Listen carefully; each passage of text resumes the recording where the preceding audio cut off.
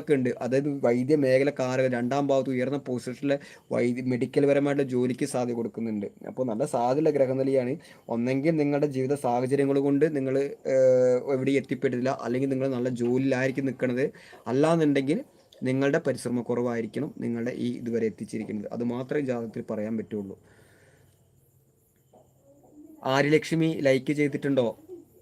23/7/99 Aryalakshmi like ചെയ്യുക. പുതിയ പ്രശ്നം സബ്സ്ക്രൈബ് ചെയ്യുക. ആര്യലക്ഷ്മിയൊക്കെ ഉണ്ട്, ദൈവത്തിന് മാത്രമേ അറിയുള്ളൂ. 23/7/99 23/7/99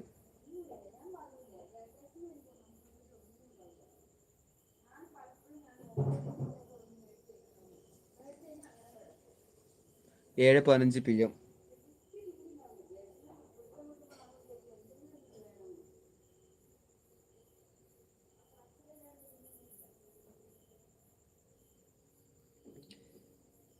അനിഴ നക്ഷത്രം 26 വയസ്സായിട്ടുണ്ട്. 26 വയസ്സായിട്ടുണ്ട്.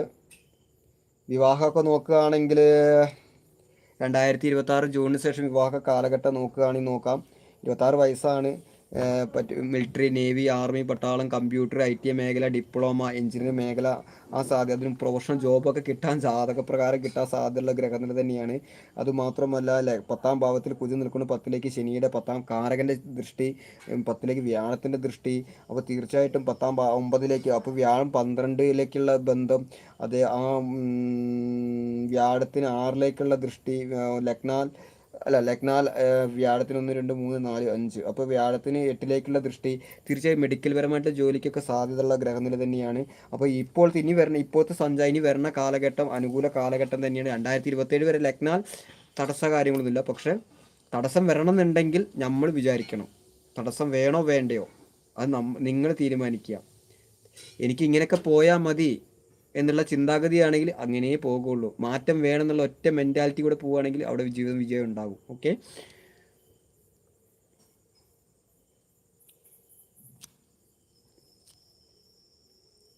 ആയില്യം ദേവ്യ വി 52/0 2026 8/6/2019 5 PM. ആയില്യം 6 ഏജ് പ്ലേസ്.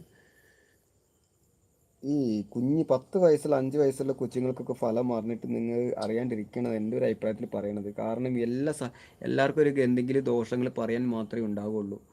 8/6/2019 8/6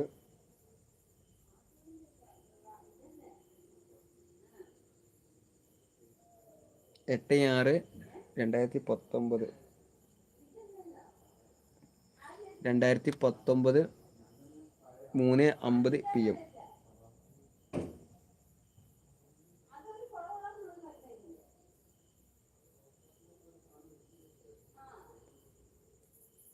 ആറ് വയസ്സ് 8 മാസമായിട്ടുണ്ട്. ഈ കുഞ്ഞിനൊക്കെ ഫലം അറിയാണ്ടിരിക്കുന്നതൊക്കെ നല്ലത്. കാരണം ഈ 6 വയസ്സുള്ള കൊച്ചുങ്ങൾക്കൊക്കെ അയില് നക്ഷത്രമാണ്.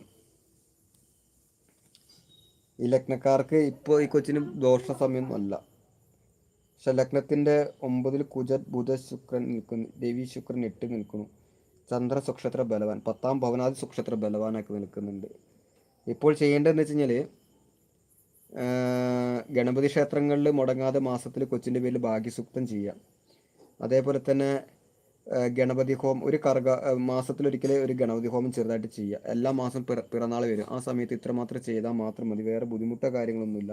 എന്നിരുന്നു കഴിഞ്ഞാലും ഈ 3ാം ഭാവം കമ്മ്യൂണിക്കേഷൻപരമായിട്ടുള്ള കാര്യങ്ങൾക്കൊക്കെ വാശി പരാക്രമങ്ങളൊക്കെ ഭാവിയിലേക്കൊക്കെ ഉണ്ടാക്കും.